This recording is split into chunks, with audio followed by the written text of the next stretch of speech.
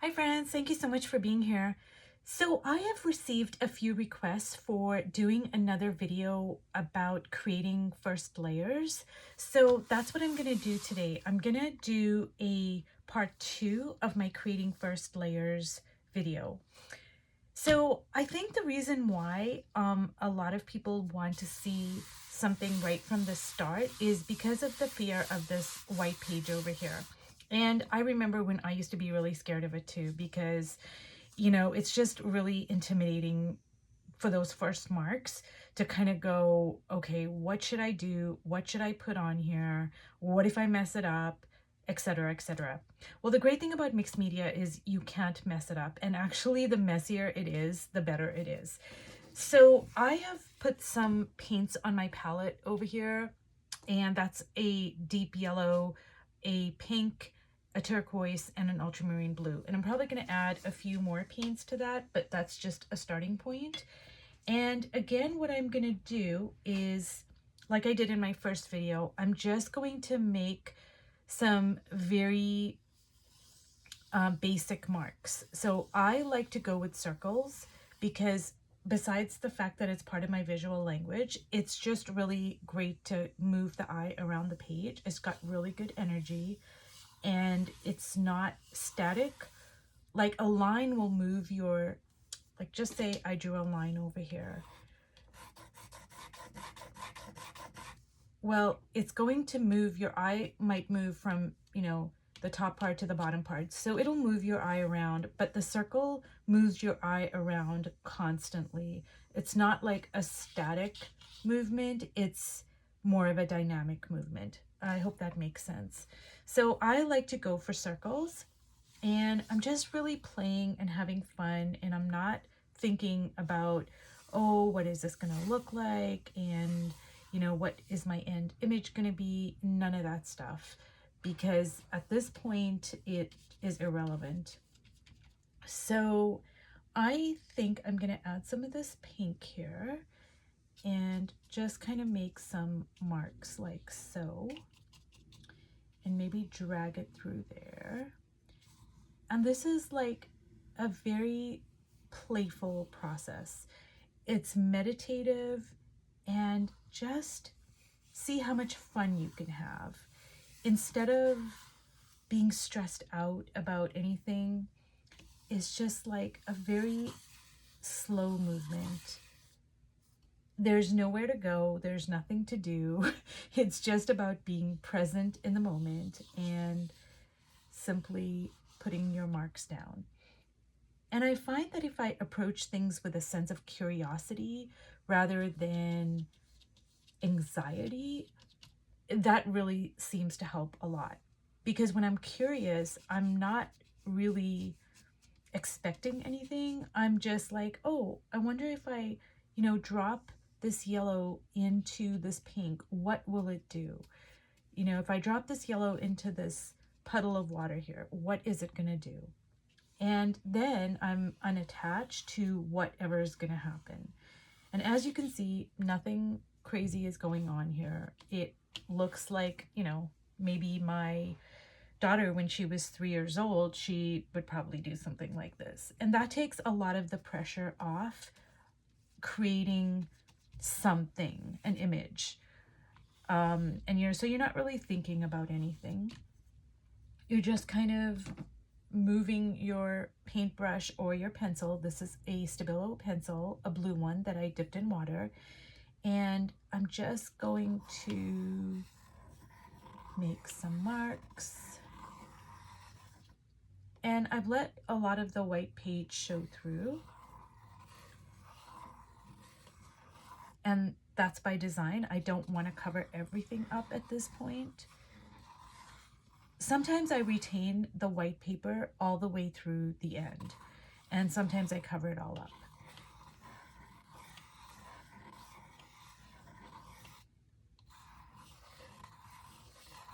And you can even write, so say you can, you can write on the page for this layer. So you can add text, you can add collage. I am not going to add any collage, but I think what I want to do is add a hot pink. And this is a paint that I picked up from Oaxaca. It's a really cheap poster paint, but our instructor, Connie Solera, who's an absolutely brilliant, amazing artist, she took us to a paint shop and she highly recommended these paints. And just look at that pink. I mean, it is so luscious. So I'm just gonna use a little bit of that pink. It's kind of a purpley pink. So I'm just gonna kind of drag it through there and see how it really just changes the whole page by me adding this one color here. So just dragging my brush around there, and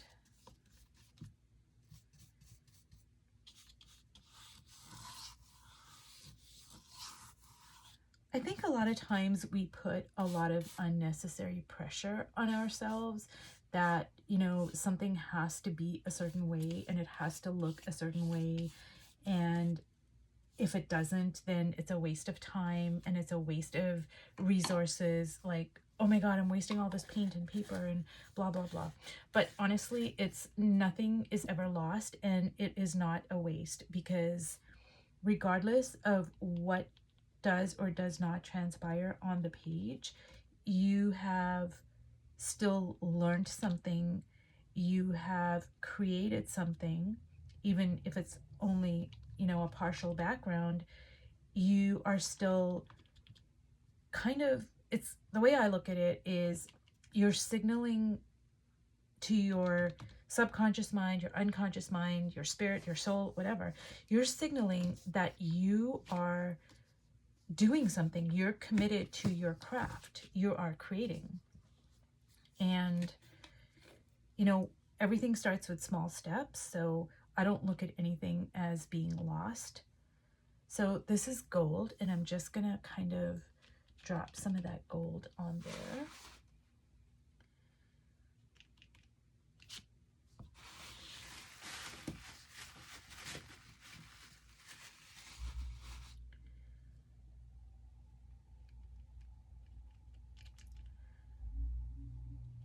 And I'm just going to put this gold directly on the white page.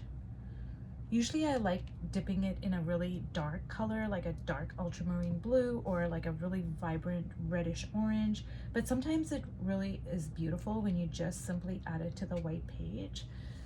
So as you can see, this is just a big mess, and that's great. And I want it to be a big mess. And I have gotten rid of the white page.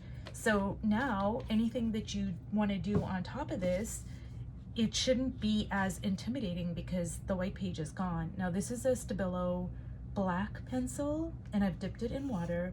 I'm just gonna kind of make some marks here, just for interest.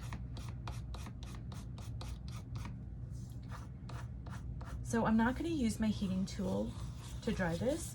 I'm simply gonna lay it off to the side, and I am going to bring in this background, which I had already worked on. And what I was doing here is I was trying out different colors that I don't usually use. And I do that sometimes to just challenge myself, because I always go for the hot reds and oranges and pinks and yellows. And sometimes I just try to say, I'm gonna just try something new, and I use different color combinations. And I don't usually use a lot of purple, but this is me trying out something new. So it is gonna be a bit of a challenge for me to kind of figure out this kind of different color scheme here. But I'm just gonna go with it, because that's the whole point, is I'm gonna challenge myself. So the first thing I'm gonna do is I am going to add some of this pink over here, and just kind of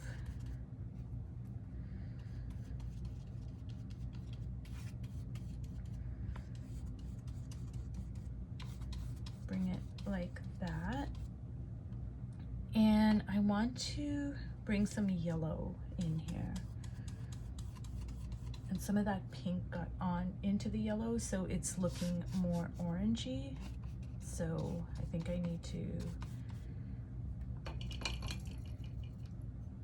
I don't want it to be orange, I want it to be yellow. So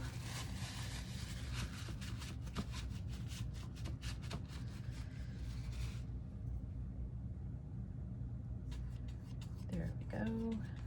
I want a really strong yellow, and I think I'm gonna add some chalk paint in Cashew just to kind of lighten it up a little bit.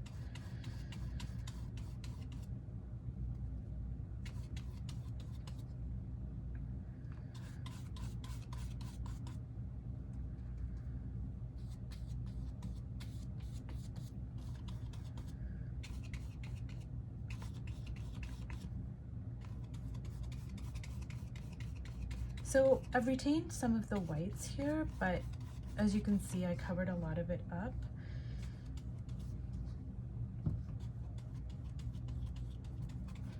So now what I'm gonna do is I'm gonna use my fingers.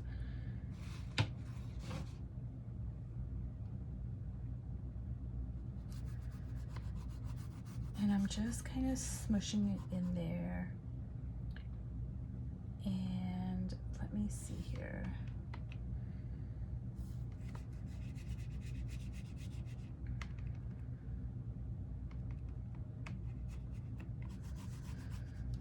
And when I mix a turquoise with an ultramarine, I get this really beautiful blue that I really love. It's rich and dark, but it's got the components of both of the paints. So it's got that ultramarine that makes it really rich, but it also has the turquoise in there. So it just makes it really luscious. And this is a kind of blue that it produces, and I really love it.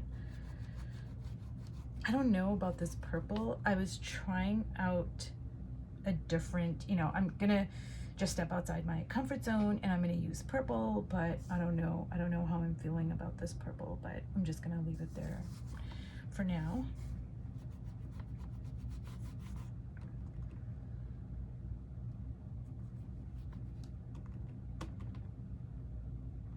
So this would be my second layer that I'm working on right now.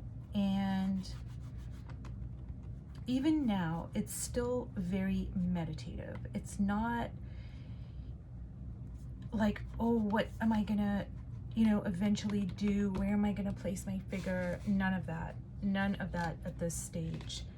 At this stage, it's still playing, experimenting, kind of seeing what you like, what you don't like, what you want to keep, what you want to cover up.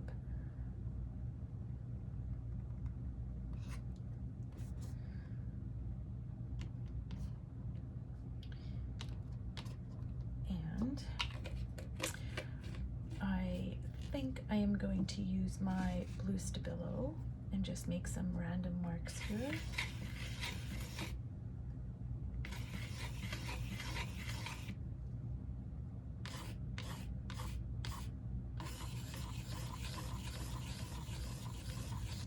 One of the great things about mixed media is how everything is salvageable. Everything can be covered up, everything can be changed, everything can be hidden or transformed or whatever you want to do. Nothing is permanent, I guess. You can always cover something up with collage. You can, cover the whole thing up in ink or gesso or an opaque chalk paint. So I think that takes a lot of the pressure off with knowing that, there are no mistakes. You can do whatever you want.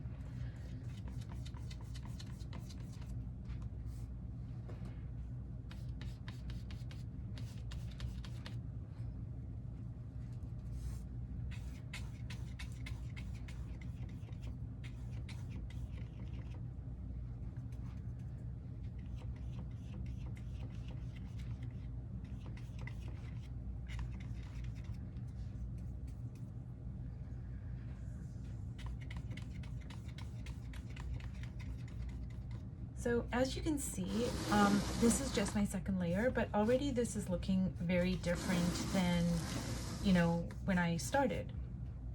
And just by bringing in a few simple colors and, you know, marks, it's just, it really does transform the page.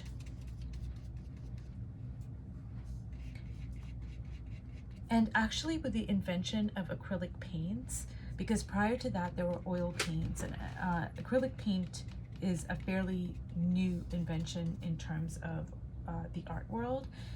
And acrylic paints really transformed the way we paint, because prior to that with oil paints, you had to wait so long for everything to dry. Like I have worked in oil paints many years ago, and I loved the luminosity and I love the colors, but it's just like you have to wait for the paints to dry forever. I think it takes like days and days and days. And also the disposing of the paints, there's a whole process to it, because you can't just dispose of oil paints like by throwing, you know, rinsing your stuff in the sink, because there's a whole process that's involved with it. So I tried it and I really love oil paints, but it was just a lot of work. So with acrylic paints, it really changed the way we can paint. And so I'm really grateful for that.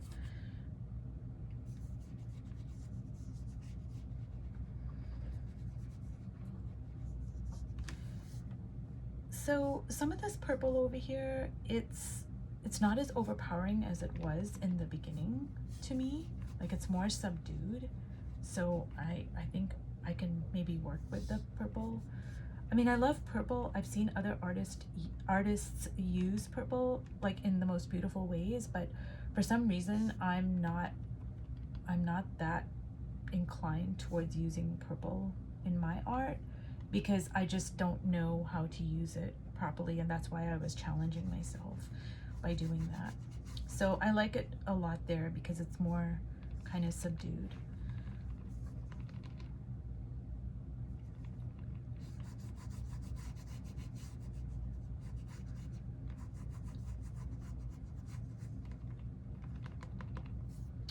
So there's a lot of parts of this painting that I'm already really liking, and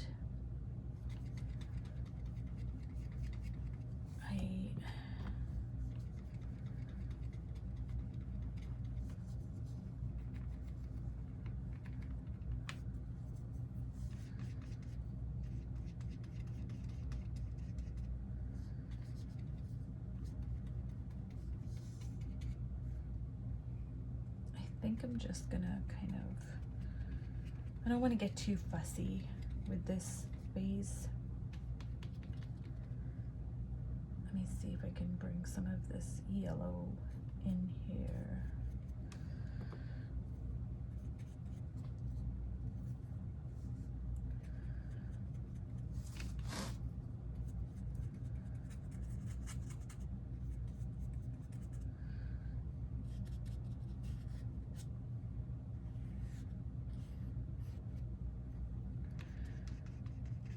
Okay, so I'm actually really liking parts of this page, and I'm gonna get my viewfinder out and kind of see, like, I really love that already, and I'm loving that hot pink next to the blue. I'm really loving that. I still don't know about the purple, but we're gonna keep it for now. And I'm loving that hot pink and the blue and even that green over there. So there's a lot of parts of this that I'm actually really loving right now. I'm gonna use my blue Stabilo again and just kind of drag my pencil in here and make some marks.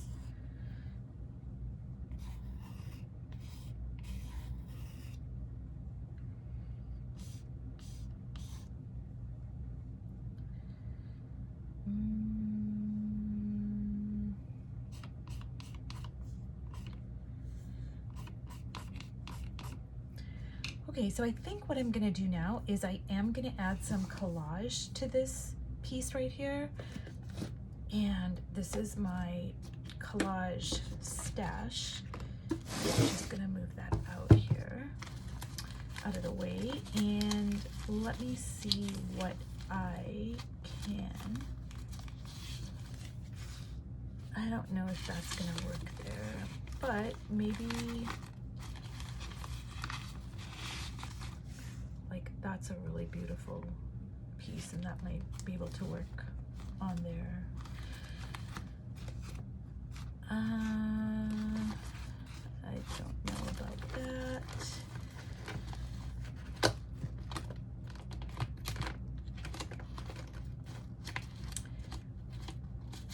Okay, I might just like stick with that for now. So that's not a lot of collage, but that's okay. I don't need a lot. And I think, I don't know where I picked this paper up, but it's so gorgeous. I wish I would have got more of it, but I only have that small piece, so I'm gonna try to use it very sparingly. And I am inclined to cover that purple up, but I'm gonna push myself and I'm not going to. I'm gonna keep it just to kind of see, you know, what happens. So, and sometimes a piece of like collage can be really beautiful and I think, oh my God, that's gonna totally go with this. And then when I put it on here, it just doesn't go anywhere. And that's kind of what I'm feeling here. Like I love these papers, but it's just not really, I'm not feeling it. So I don't think I'm gonna add that collage to this page here.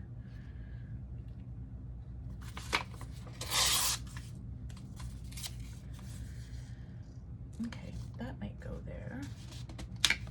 Now see, once I use one piece of collage, I'm gonna have to use, like, I try to do things in 3s or 5s, an odd number. And so if I put a piece of collage here, I can't just put this one piece of collage. Like I'm gonna repeat it on the page because that moves your eye around the page. And it's gonna look really odd if I just put this one piece of collage here. So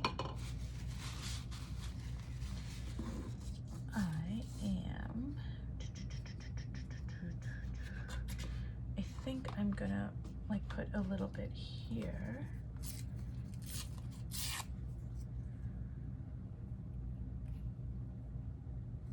And maybe there, like there.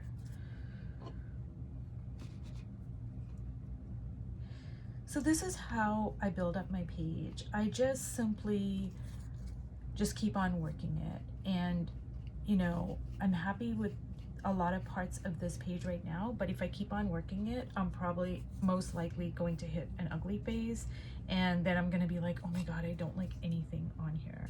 And that's all totally fine, and it's, you know, part of the process, and I expect it, and it's all good. So if I can say one thing that is helpful to me, it's that everything can be covered up and nothing is permanent. So I try not to like stress out about, oh, I don't like this and what is this gonna look like and all those things, because especially not in this early phase, but even as I build up my layers more and more, I try not to stress out about me liking something, because I just never know how it's going to turn out. And so I don't want to stress myself by putting all this pressure that I have to like it and it has to be a certain way. So this is probably the second layer, I think. And I'm gonna show you some other pages here that I have worked on that are in various stages of completion. And as you can see here, this is just my first layer. And this is probably like a Lyra water-soluble crayon because it's very thick marks. And it's just a whole bunch of paint that I just, you know, dumped on the page. And same here, this is like a first layer. And even this, I believe, is probably maybe a second layer, but as you can see, I left a lot of this stencil to show through. And I think this might be pencil over here. And so this would be a second layer. Now this is probably a third layer. There's no collage on here, but I can't see any of the white page. So I've covered everything completely. And this is probably, I don't think it's a fourth layer, but it's most definitely a third layer. And same with this, I think this is a third layer or even a fourth layer, because I can see some collage here. I don't know if the camera can pick it up, but there's collage. And then over top of the collage, I've added paint and markers. So this might be a fourth layer. And over here, I have added a watered down gesso on top of the paint. So this is a second layer. This is my original paints, and then I put this very watered down gesso on top of it. And that gives you a different kind of an effect as well. And this is actually a fourth or fifth layer, but it doesn't have like all my really bright colors. And I'm really actually liking this because I do love neutrals. And when you have a lot of neutrals and just a little bit of color, the color really goes a long way. So this is probably a fourth or fifth layer, and I see some collage here as well. And over here as well, I put some gesso over here. I think some gesso that's thick, and then some watered down gesso. Now this is probably a fifth layer. I'm thinking I can't see any of the white page, and I've got a lot of paints, a lot of marks, some collage here that has been integrated into the page, so you can't necessarily pick it up right away, but this is probably a fifth layer perhaps. And what I wanted to show you here is now I have started putting my figures on here, but as you can see, this is like maybe a second layer that's showing through. Over here is maybe a first layer, I think, that might be showing through. So even though this is probably like my fifth layer, I allow my previous layers to show through. And this might be a fifth or a sixth layer. And I think you can see here, like that might be a first layer that's showing through, and that might be a first or a second layer. So that's basically how I build my pages up, and I just keep on working and working and working. And so sometimes a piece of art might have like 2 layers, and sometimes it might have 10 layers. But I don't put a limit on, like, I don't put restrictions and limits on myself and say, oh, I've got to be finished this painting when it's reached so many layers. I don't do that because I just never know how it's going to turn out. So I hope you enjoyed that. And this is my creating first layers part 2. So thank you so much for being here if you've watched till the end. And I hope that you've got something out of this video, and we'll see you later. Bye.